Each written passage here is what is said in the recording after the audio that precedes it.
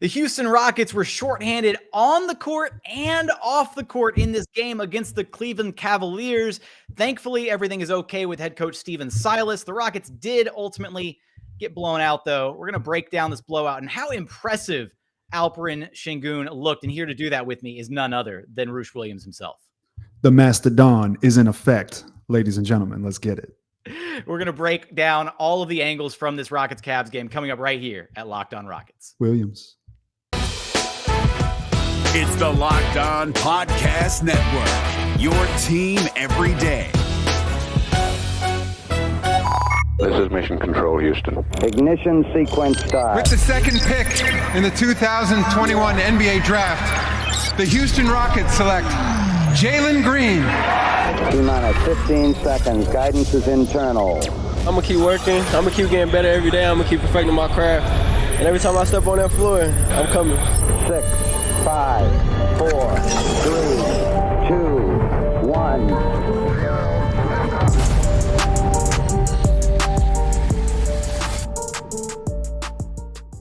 What's up, and welcome to another episode of Locked On Rockets, the best and only daily podcast covering your Houston Rockets. As always, I'm your host, Jackson Gatlin, native Houstonian and host of Locked On NBA Mondays. Be sure to follow along on Twitter at JT Gatlin, and the show, of course, at Locked On Rockets. Now, today's episode is brought to you by TrueBill.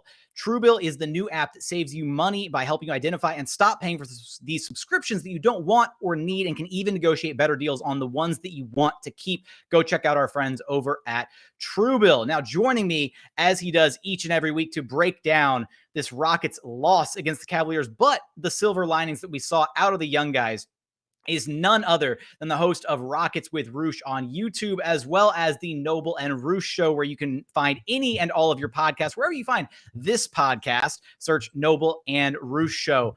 None other than Roosh Williams himself. What's up, Roosh? How you doing? What's the deal, man? Thanks for having me. I'm your weekly Thursday co-host. Also want to say on Saturday for the Rockets-Pistons game at 11 a.m., go to Big City Wings. I think it's in Edo. Maybe I'm wrong about that. Somewhere downtown. It's Edo. Yeah, it's Edo. Our double. E-double.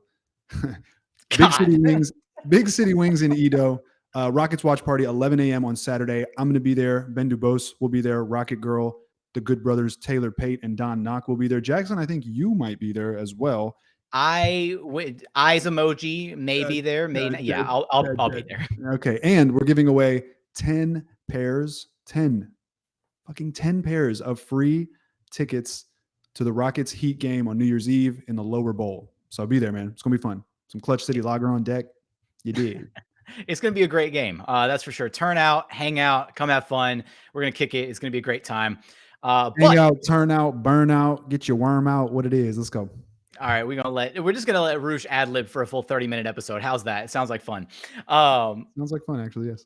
All right, so Rockets losing to the Cleveland Cavaliers, 124-89. Unfortunately, and John Lucas said as much in post-game availability, and we'll explain why John Lucas did post-game availability here in just a moment. But this game was basically over halfway through the second quarter. I mean, the Rockets are missing, 4 of their would-be 5 starters in Kevin Porter Jr., Jalen Green, Eric Gordon, and Christian Wood. Christian Wood missing due to some knee tendonitis. Eric Gordon basically sitting out because he was going to sit out one of these 2 games on the back-to-back with the Rockets playing Thursday night at home against the New York Knicks. So Eric Gordon should be available for that game. I mean, this is what you almost amount to as a schedule loss. Now, the reason I say that John Lucas said that this was a loss basically from the second quarter on is because it was. I mean, it was basically a 30-point blowout midway through the second quarter, and it never changed by much, unfortunately. It became a 40-point blowout, and then it became another 30-point blowout later on. Silas left the sidelines of this game tail end of the first quarter, and it was really kind of a bizarre situation where nobody knew what had happened. He kind of just randomly disappeared off the sidelines. Everybody was, freaking out. We saw a clip of him on the broadcast of him leaving and kind of gesturing at Coach Lucas like, hey, you're in charge. I'm out. And everybody was speculating what was happening. Thankfully, we found out a little bit later on from the Rockets broadcast that Silas was dealing with some dehydration apparently, and was back in the locker room getting taken care of. Didn't return for the rest of the game. We did get an update from John Lucas post game that Silas is okay. that he is, better, and then later on, Mark Berman confirmed that he's traveling back with the team to Houston. So all the best wishes to Steven Silas. I'm glad it's not anything more major than that. A lot of people were speculating it might have been something COVID related, that he might have gotten like a positive COVID test back and been booted off the sideline, which I was thinking like, there's no way it could have been that. Like, I mean, so last maybe minute, it was from some, right? I was going to say, maybe it was from some food poisoning from some fine dining in beautiful Cleveland, Ohio. Who knows?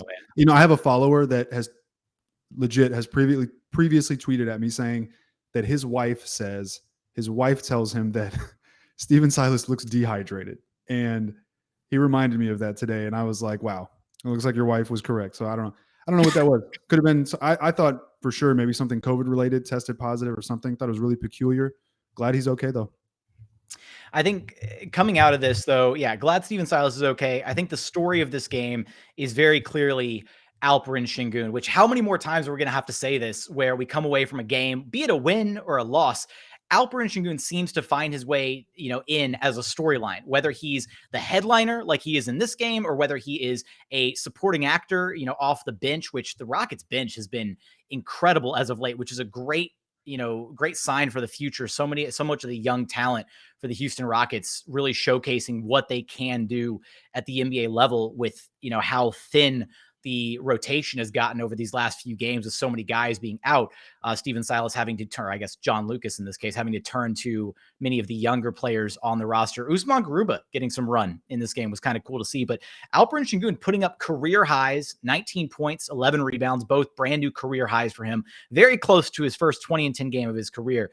But it continues to just be this ongoing thing where when you put Sengun in the game and you put the right lineup around him, I have to say the right lineup because there were moments in this game where they put non-shooters around him, and it definitely didn't look as good in the first half as it did in the second half when they finally put a correct lineup around him.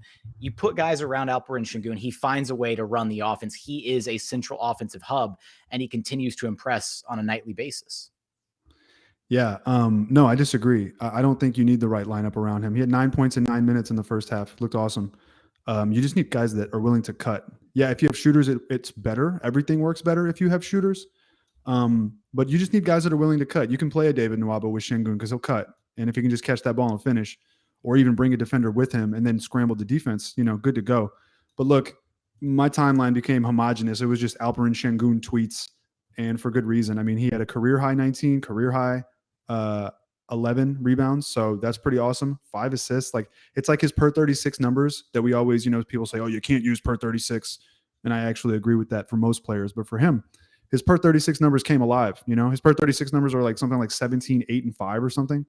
Gave us 19, 11 and 5 with 2 steals and a block in, 28, 27 minutes, 7 of 14 from the field. One of those was a half court heave at the end of the third quarter. So legitimately was 7 of 13.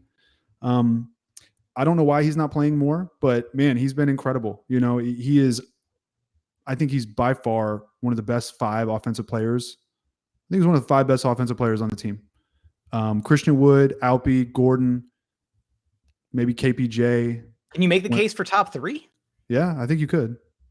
Going off the top of my head here, but I think you could, unless Jalen Green picks it up. But I think it's Wood, Gordon, and Alperen Sengun, So I think that, they brought him in. The Rockets were down, I think, 24-10 when he checked in, and the game was already pretty much over. When you get down to a good team, by the way, credit to the Cavs. They're a good team. We can talk about that later. But, when you don't have Eric Gordon, you don't have Christian Wood, you cannot bring Alperen Sengun into the game with 3 minutes left in the first quarter when you're already getting beaten down.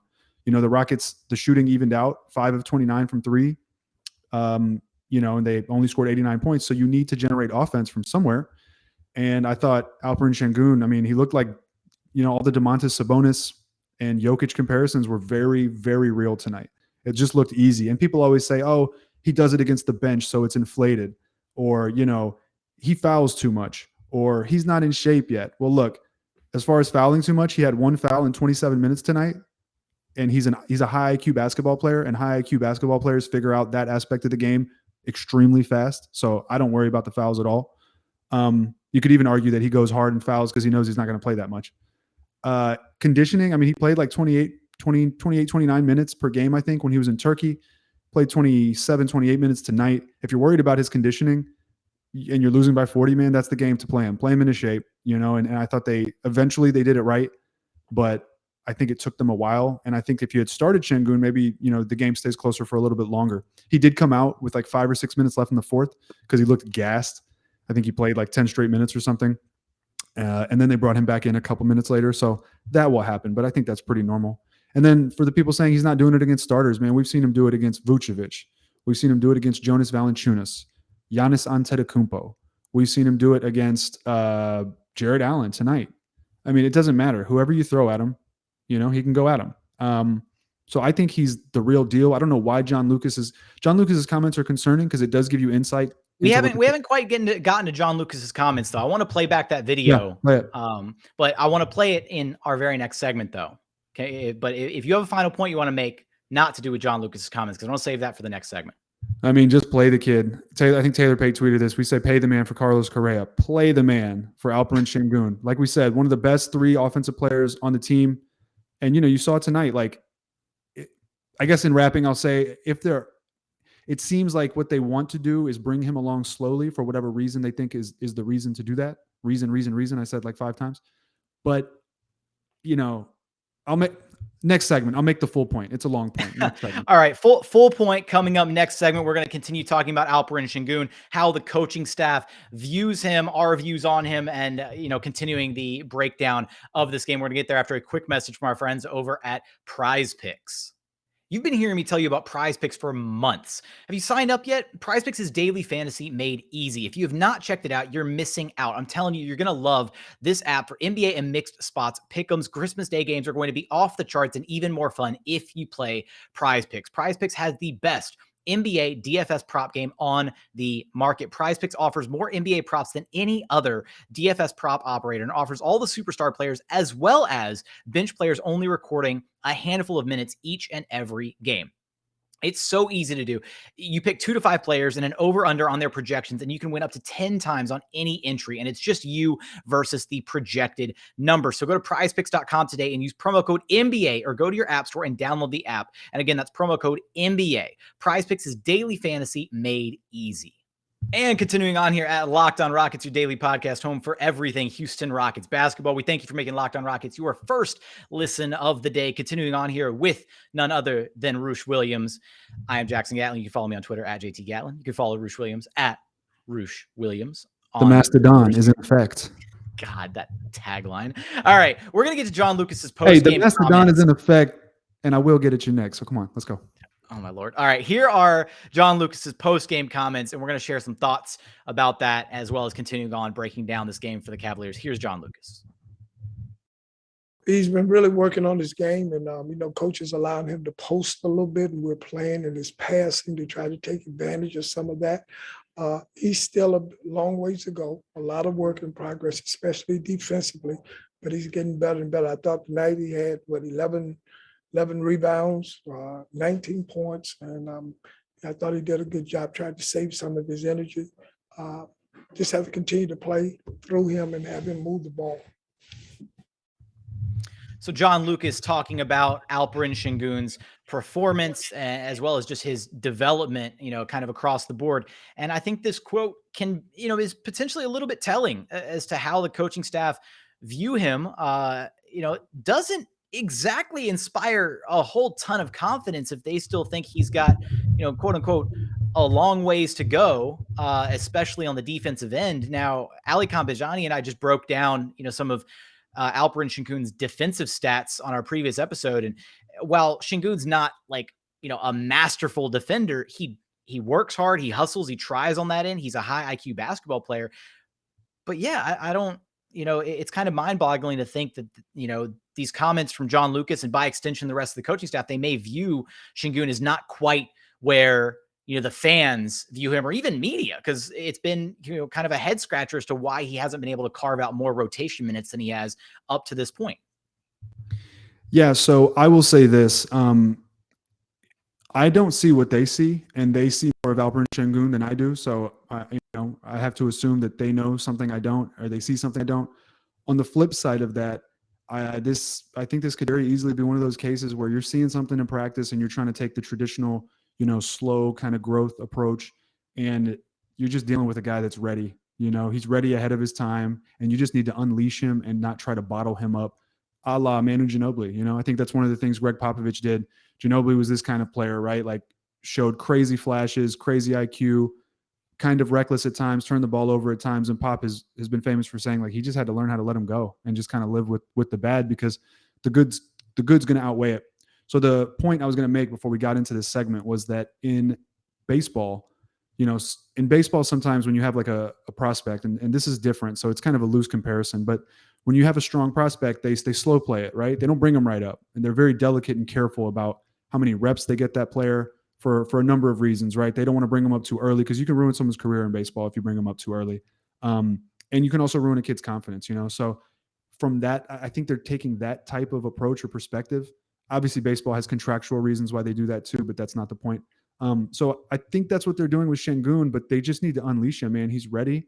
He's, like I said, he's done it against the best of the best. I don't really know what else you're looking for. Even in advanced metrics, he's up there with Evan Mobley, very close to Evan Mobley in terms of his defensive impact. So I don't think that's an issue. Sometimes he gets mixed up in space. Sometimes he fouls, but he figures those things out very quickly. And he's also very good at recovering defensively and blocking shots and altering shots. But his offensive skill is straight up special. We basically have Domantas Sabonis already, so I don't know. I think bottling that up is a mistake. No disrespect to Daniel Tice, but you just kind of see how milquetoast his offensive presence is. Like, he's not a bad player. He's serviceable. If he's your starter, you're probably not very good unless you have a bunch of shooters and high-end talent to kind of, outweigh that, which the Rockets really don't have that. Sometimes we have shooting, but we don't have the high-end talent like a Jason Tatum or a Jaylen Brown where you can just kind of shore up Tice's weaknesses. But on offense, I mean, you see, if you play him with another guy that can't shoot, like Jae'Sean Tate, we see what happens. Guys literally don't guard him.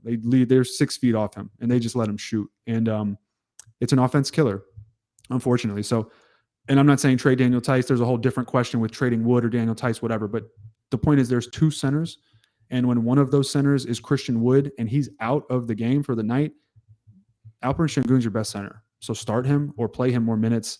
And start giving him the respect that I think he deserves, and play him into shape. And even if you think there are concerns where his game is contributing to losing, cool. We're not, winning's not the goal necessarily. So, I didn't even have, like, coming into this game, I didn't even have an issue with Tice starting, like, legitimately. It was one of those where, okay, Eric Gordon's out, so you're starting DJ Augustine because you need like a competent primary ball handler. So to me, if they had opted to also start Alperen Sengun alongside DJ Augustine, that, like, who's your playmaker off the bench, man? Like, the Rockets could have gone for, maybe they start the game off a little bit better, if you've got DJ and Alp in the starting lineup and things look a little bit smoother out there. But then, what are you doing then? You're bringing Josh Christopher in off the bench to be the primary ball handler, which Josh has shown some flashes, but he doesn't have the consistency factor there quite just yet. And he also had 4 turnovers in this game. I wouldn't feel confident in that regard. And then you're also bringing Tyson off the bench, or Garuba, as far as like their offensive presence. So I think Josh Chris played well. He had 4 turnovers, yes, but 17 points on 11 shots. Struggled from the free throw line. If he makes a couple more free throws, he sets a career high. Him and Sengun were the only guys that were creating, like actually creating offense. Yeah, he made some boneheaded plays. Yeah, there were times where KJ Martin and Josh Chris went ISO or totally ignored Alp on the wing and didn't even get him a touch and kind of wasted a few possessions. That happened. I didn't like it. But the counter to what you're saying is, who comes off the bench and scores? Well, does that matter when you're down 14 as soon as Alp steps on the court? And does that matter? Does that matter when you're down 20 after 1? Like play to win. If you're playing to win, then play to win. If not, that was the frustrating thing for me. It was like, okay, like they obviously made like a schematic, like a tactical decision to start DJ, and for whatever reason they're still running Tice. They only had 10 available bodies. You're going to try and get some burn out of everybody when you've only got 10 available guys. So the frustrating aspect for me was in the second half when they were clearly down 30 and the game was clearly out of reach and it was game over by that point. Like, why is Daniel Tice still getting burned at that point? That was the frustrating part, where it's like, okay. And he played, 4 or 5 minutes at the top of the second half and then didn't see any action the rest of the game. They went with Sengun for 10 straight minutes. He gets subbed out, and then they bring him back for the tail end of the game. So it worked. They finally moved away from it in the second half, but it just felt like it took too long to get to that point, I guess, is where I was a little bit frustrated. But Well, Sengun got 18 out of 24 of the minutes in the second half and only 9 in the first half. Tice, I mean, we've seen it. When you start Tice, the offense is just flat. We talk about Sengun playing against, bench units.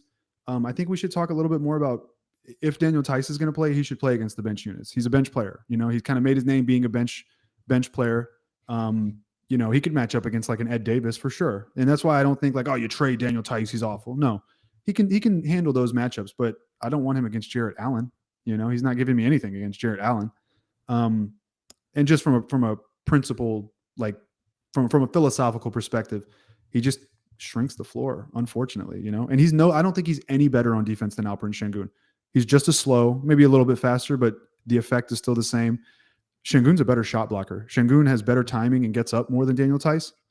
And I don't think there's any evidence that he's a better rebounder either. He's like a 4 or 5 rebound per game kind of guy. So I think he should run against bench units. I think the other stuff's overblown. Also, real quick, you mentioned the Rockets bench, 62 points against the Hawks, 64 points tonight. Obviously, they got thumped, so that's kind of like skewed, but pretty impressive nonetheless. Yeah, but when the starters come up that ridiculously empty, it also makes the bench unit look that much better when they're actually out there putting the ball in the bucket, because the starters scored 25 points combined. Sengun had 19. So and of those 25 from the starters, Jae'Sean Tate was 12 of them. I mean, yeah. The others all had 5 or under. That's pathetic. You know what? That's actually a really good direction that we should take this. I do want to get in a couple more points here about, because we've hit Alperen Sengun, and he was easily the highlight of this game. Can't say enough good things about what the direction that his game is going, and I think he continues to establish himself as he's going to be like a cornerstone of this Rockets rebuild. I think that he continues to show, he may very well be the steal of the draft at 16 overall. A credit to Rafael Stone and what he's done in a very short turnaround with this Rockets rebuild. But I want to talk a little bit about Josh Christopher, continuing on him, KJ Martin's game, and should we be concerned about Garrison Mathews? We'll talk about that. And let's also give a shout out to David Nwaba. We're also going to give a shout out to David Nwaba. We'll highlight him coming up in just a moment after a quick message from our friends over at TrueBill. Do you know why free trials renew without your consent? It's a business scam out to get you. Don't let greedy corporations pocket your hard-earned money anymore. Download TrueBill to take control of your subscriptions. TrueBill is the new app that helps you identify and stop paying for subscriptions that you don't need, want, or simply forgot about. I know this happened to me before, right? On average, people save up to $720 per year with TrueBill. Because companies make subscriptions so hard to cancel, TrueBill makes it incredibly simple. Just link your accounts and TrueBill will cancel your unwanted subscriptions in one tap, one click, one button, one press. It is that easy. Don't fall for any more subscription scams. Start canceling today at TrueBill.com/LockedOnNBA. Go right now. That's TrueBill.com/LockedOnNBA. It could save you thousands a year. That's TrueBill.com/LockedOnNBA. And final segment here at Locked On Rockets, your daily podcast home for everything Houston Rockets basketball. We thank you for making Locked On Rockets your first listen of the day, each and every day. Now, let's, I threw out the 4 turnovers for Josh Christopher, and you, not quite a rebuttal, but you wanted to highlight, his overall game. I will say that his driving ability is there. Like, it's there, and he's capable, and it's because he already has such an NBA ready body. Like, he's able to bounce guys off of him and be physical with guys in a way that like KPJ still can't, that Jalen Green can't, and probably won't be able to for a while until he starts to add some more like upper body strength to his frame. But Josh just bullies past guys. Like, even if he doesn't necessarily beat them with like the explosive first step, he gets past bigger defenders and just, is able to power through them to get up to the rim. And I mean, we've seen that whenever he's gotten in any extended run, it feels like he's got at least like 1 or 2 drives a game where he gets his shoulders past the defender and it's just game over. It's kind of the way that like EG drives, where EG will get past the defender and then uses his body to shield them off as he's finishing at the rim. So I did want to point that out for Josh Christopher. And then I have a couple points on KJ Martin's game that I want to get to, but real quick about Josh Chris, I'll say it's a little different. EG does like the stereotypical like shoulder bump. Josh Chris just kind of muscles past. He doesn't like do like the gather and the bump to, drop someone off him and get that space. He's just naturally, and they're both naturally strong, but he knows how to use his frame as he's driving, not after like a gather and dip. Best thing about Josh Chris, man, is that his primary strength when he was drafted was getting downhill. And that has translated quicker than I thought it would. It's translated right over to the NBA. So once he starts getting the other stuff together, still gambles a little bit on defense, shots inconsistent, but it's been better than I expected, to be honest. I think he's going to be a good player. We talk a lot about, Evan Mobley, Jalen Green. Who knows how that pick is going to turn out? But at the end of the day, Jalen Green was high-end talent and a consensus top 4 pick at the very least. But I think Stone deserves a lot of credit for moving up and spotting and getting Sengun. And then Josh Chris is also, turning into something special. Absolutely. And then the other, the first draft pick ever for Rafael Stone, KJ Martin. I think he actually was not drafted by someone. I thought the same thing. And then someone told me to go look at his basketball reference. I think the Kings drafted him and traded him to us. No, but the Rockets bought the pick from the Kings. So the Rockets made the pick. That's what I thought. That's how it's always reported, is it's going to show up like so-and-so, like Alperen Sengun was technically drafted by the OKC Thunder. If you look at his basketball reference page. That's what it says? I guarantee you, if I go look at Shingun's B reference page. Do it real quick, because I know we bought that pick and I had touted KJ as one of Stone's picks. And then I looked at basketball reference and I was like, well, wait. No, Alperen Sengun says draft Oklahoma City Thunder, first round, 16th pick overall. So whoever, the team that makes the pick, it's because the transactions don't actually occur until after the fact, or it's some kind of weird CBA stuff in there, but it's always the Rockets making the call. So no, you're good. Stone made the KJ Martin pick. Okay. All right. Well, then back to the point at hand about KJ Martin. I think you during the game had commented on, KJ's driving in, and I'll admit in this game, it looked a little sloppy at times because it wasn't as effective as I feel like he can be sometimes on the drive. His handle is not there yet. It's just left hand might be worse than mine on the drive. I mean, when I see him dribble, I'm like, yo, it's crazy that he can be this good sometimes at the NBA level, because he can't really dribble, but you can see how valuable his athleticism is. He's that athletic. It is. And I think that's my standout thing is when he gets the ball in the corner or in the slot and he's able to attack off of a closeout, and he's not dribbling around the perimeter in a roundabout fashion. But if he's just able to take the 1 or 2 steps straight to the rim, it's almost at that point, he's just taking 2 power dribbles, 2 gather dribbles. And then he's elevating 8 feet away from the rim. And he's laying the ball in or doing that little, baby hook, whatever he's got. And he elevates so high that he's almost at times just dropping the basketball into the hoop rather than actually finishing or having to lay it in or whatever. So I just wanted to point that out because his handle's not quite where we'd like to see it, at this point, but he's such an adept finisher as he gets close to the rim that it's just about him finding those opportunities within the offense once the defense is already scattered to pick and choose his points of attack. And I think that overall the Rockets offense looked a mess in this game, except for that stretch in the fourth quarter where they cut, what was it, a 45-point lead down to a 31-point lead, went on a 14-0 run or something. That stretch, they actually looked productive and things were going really well for them, but the rest of the game was kind of a nightmare. So, well, yeah, I mean, he's so strong and he's so bouncy and athletic that once he gets down there, I mean, he's just a young bull, dude. He's hard to stop. Ryan Hollins has said this, his second jump is elite. His ability to kind of go get rebounds and come down with them and then go back up and finish with a dunk, pretty elite, pretty elite. He's got very, very deceivingly amazing touch around the basket. He finishes with those little baby hooks, pretty reliably. If he can just get his 3-point shot back to where it was last season, I mean, he's a perfect 3-and-D kind of guy. And if he's ever able to develop a real, handle off the dribble or a couple moves, then who knows what he could become. But I mean, he's still only 20 or 21 and just crazy athletic. There were some plays, like I said, with him, both him and Josh Chris, when Alperen Sengun's on the court, you got to get him the ball every single time because he just creates offense. He posts up, and he either takes his guy one-on-one or he sits on that elbow and waits and you just move and he'll find you. But when you don't utilize that, there were a couple plays where KJ and Josh did not utilize that. They just went ISO, and going ISO is not KJ's game. Josh can do it sometimes, not KJ's game.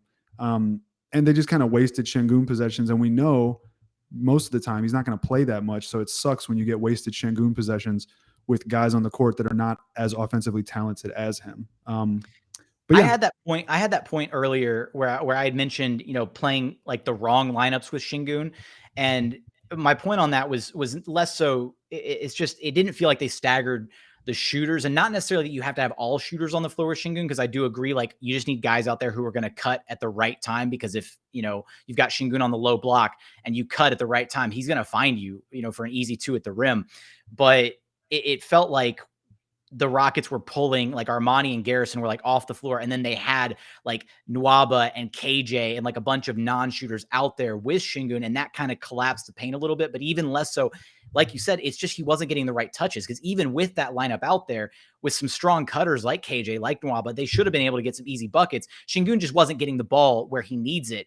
And then not only that, the dribble handoff sets that they like to run with Sengun on the perimeter don't work when you have multiple non-shooters on the floor, because then you have no threat of the dribble handoff shots that we've seen from Armani or from Garrison, or what's made the Rockets offense so potent as of late. So, well, that's why they shouldn't run the dribble handoffs with that lineup. But like you said, I mean, KJ and Nwaba and Josh Chris, they were just playing low IQ ball. They were kind of like wanting to get theirs.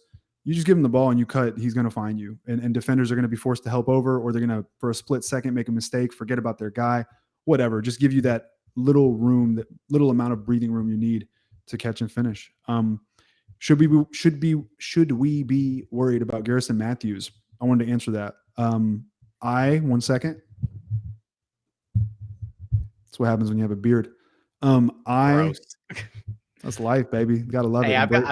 I'm sorry, my beard's not as luxurious as yours. Maybe I should grow it out. Like, I started growing it out for No Shave November, and about halfway through the month, I was like, I can't do this. This is a mess, and I just shaved it all down.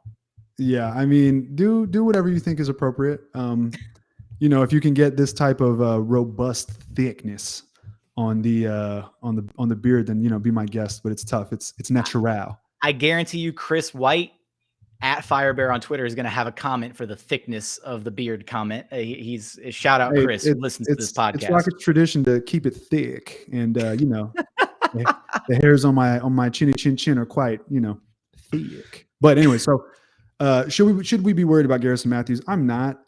I think some of his misses are fouls that don't get called that he was getting during the streak, so that's one thing to remember. And then he's a shooter, man. Shooter's conscience. I had a coach used to tell me, like, shooters don't think about the last shot. If you think about the last shot, you're already in your own head. You just let it fly because you can make it. And he's one of those guys. He might miss the next 10, and then he'll come back and make 5 in a row. I'm not worried about him. And also, the lineup's been inconsistent and hurt. Like a guy like Garrison Mathews needs players like Christian Wood, players like Alperen Sengun, players like Eric Gordon that can put pressure on the defense, because when they're able to do that, then he's able to run around, sneak around, get that little sliver, get that little opening, and really impact the game. So I'm not worried about him. Shout out to Isaac Okoro too, though, who played, I think, some really phenomenal defense. You did mention, a couple of them, could have been some fouls here and there, but at the same time, even without the shots that were attempted that may or may not have been fouls, Okoro did a great job of just hugging Garrison Mathews, right? Making life hell for him, really sticking to him off of those screens, off those little curls, pin downs that he would normally get, where he gets some wide open looks, or has been getting some wide open looks. Okoro was right there with him, like chasing him nonstop throughout this game, and really just making life difficult for him. So, and I will say for Okoro, go ahead. I was just going to say, I know Cavs fans are down on Okoro. So it's only fitting that he went off against us. But by the way, man, Cleveland is good. I mean, Darius Garland is good. Ricky Rubio, you see the impact he's making. Kevin Love's playing pretty well off the bench. Jared Allen's playing well. All their role players, Jetty Osman, that's a well-coached team. I did not like JB Bickerstaff when he was in Houston, but he's really seemed to come into his own, and he has been playing really good basketball. So you can see, the Jalen Green, Evan Mobley stuff. Yeah, Evan Mobley is a luxury for them and makes them better and all that stuff. But even without him, dude, they're pretty freaking good. So they're good for Cleveland. They're a defensive monster. I mean, they Absolutely. don't allow anything easy. And they at shot the rim. 18 of 40 from 3. I thought it was crazy when they started rolling out like the triple big lineup, running like Evan Mobley as their small forward. They're running Kevin Love as the 3 in certain lineups, and it's working because they have like that backline presence to just clog everything at the rim, to where they can afford to not necessarily, I mean, they're just running guys off the 3-point line. Basically, they're kind of defending things a little bit like the I don't want to say, not the Tim Duncan era Spurs. The Spurs of the last couple of years, the Spurs that the Rockets ran up against in the playoffs with James Harden, right? Where the Spurs would run you off the 3-point line, let their bigs drop all the way back to the basket, and basically force you to take the open mid-range shot. And if you're not willing to take those shots, then, you're not going to get anything easy at the rim. So I also want to talk about David Nwaba against Atlanta. What? Go ahead. Because I have my hot take for David Nwaba that I want to squeeze in here. So sure, squeeze it in, buddy. So I don't remember his numbers against Atlanta, but he was impactful. I think he led the team in plus minus when he came in. That's when that comeback happened. It was like the classic, let me put my energy guy in here and see if he can shake it up. And he did. He hit 2 threes against Atlanta, which doubled his season total up to that point. He hit no such threes tonight. He was 0 of 1, but tonight he had 11 points, 5 rebounds, 5 of 9 from the field. He does some boneheaded shit sometimes. Overplays on defense, like the classic plays too hard and then fouls you for no reason, 18 feet from the basket, that kind of stuff. Also on offense, like when he gets it, he just kind of sometimes panics and just feels like he has to drive to the basket as hard as he can, even if he doesn't necessarily know how he's going to get there or what he's going to do when he gets there. So he's got those issues. He's not someone that I really think the Rockets should be playing, but in these situations where they've got injuries and he's getting 27 minutes a night, I think he got like 17 or 20 minutes against Atlanta after getting no minutes for a stretch of games. It's good to see him, kind of come out and contribute and show that he's a veteran that can still do and play what his role is. And I'm just kind of happy to see him do well. He was a fan favorite last season. And then this season, he's kind of just been shafted to the back, rightfully so. But so it's nice to see him get his number called and to come and produce. So David Nwaba should get any and all minutes that Daniel Theis is getting moving forward or would get moving forward. That's my take, is that at this point, I think that any perceived defensive benefit that Daniel Theis gives you by either A, running the double big lineup, or B, even being the solo big in there, unless it's a situation in which this game, Christian Wood was MIA. So that's slightly different. But when everybody's there, everybody's healthy, Daniel Theis should be collecting DNPs like it's nobody's business. He doesn't really have any reason to be on the floor because he doesn't play better. He doesn't play noticeably better defense than Alperen Sengun. The Rockets have multiple bigs. Like, I think that if there was ever a point where the Rockets needed an extra rotation body, those minutes should just go to David Nwaba, because he gives you an additional wing. He gives you another switchable presence. He gives you the transition game. The one weakness in his game is the shooting. And yeah, that's slightly frustrating, but it's also no different than the weakness in Daniel Theis's game, which is the shooting. So, and I think David Nwaba gives you another person who can attack off the bounce, who is a very competent defender. I'd argue it's be more impactful to have that additional wing defender than to have Daniel Theis, who is, quote unquote, a switchable big who can, do all that. Just run Wood, Sengun, maybe even allow Garuba to get some minutes, actually. And then if you're going to run some, if you need some veteran minutes on the floor, let David Nwaba take them. Good things tend to happen when David Nwaba plays, because he plays with that, that lunch pail, like blue collar grind mentality. And he can swing the entire momentum of a game. How many times did we see David Nwaba do that just last season? And then finally he gets like a game where he gets some extended burn against the Atlanta Hawks, and he completely turns the energy of the game in the favor of the Rockets, and they come away with an upset win on the road. Well, your outcome with David Nwaba is typically binary. So it's either going to be that, or he's just kind of disruptive to everything overall, because he doesn't play within the flow of an offense. He can't shoot. So, there's that issue as well, kind of kills the offense. His game is transition. And then there are, it doesn't happen every game, but sometimes he cuts, he's making the hard cut, or he makes a good closeout. But he also does some, like I said, he does some boneheaded shit sometimes. So I halfway agree with you. I think you make some good points that I agree with. I don't really think Daniel Theis does anything necessarily better. Maybe just serve as a bigger body to kind of shade when, a penetrating guard gets to the second level of the defense, and he can just kind of use his size to shade and maybe alter a shot, secure a rebound, that kind of thing. But yeah, on offense, dude, Daniel Theis's best attribute is when he runs the pick and roll and hits like a little paint midi, which it's probably my least favorite shot that we see, right? So I'm with you there, but I do think Garuba, man, just like Garuba, I want to see Garuba's game. We got to see him close out and make like a move on one, I think on one possession, and then on another one he scored, but the shot clock had just expired. Yeah, he drew a foul on the closeout. So I want to see Garuba's game, man. 3 points, 4 boards, 1 assist, 2 steals, +6, surprisingly. The only plus-minus player on the team, Daniel Theis, in only 18 minutes was second worst with -24. whether that's correlation or causation or whatever. I don't know. You can figure it out. But yeah, I mean, like, give it to Garuba. You know, I'd like to see what Garuba's got to offer. He's been hurt, so there's still time to work him back. But like I said, you know, winning is not the goal. And in a game where you're down 40, dude, just let Garuba run it. You know, there's no point to letting Daniel Tice play. But yeah, shout out to Nwaba. I think the Rockets are still. I think once everybody's healthy, the Rockets are still going to push Usman Garuba back to the G League to keep getting reps down there, just because his offensive game just isn't quite there. Is how they're viewing him. It doesn't look like it is because it's not pretty, but he's really smart as a roll man. He's really smart at rolling and kicking it to the corner, much better than Tice.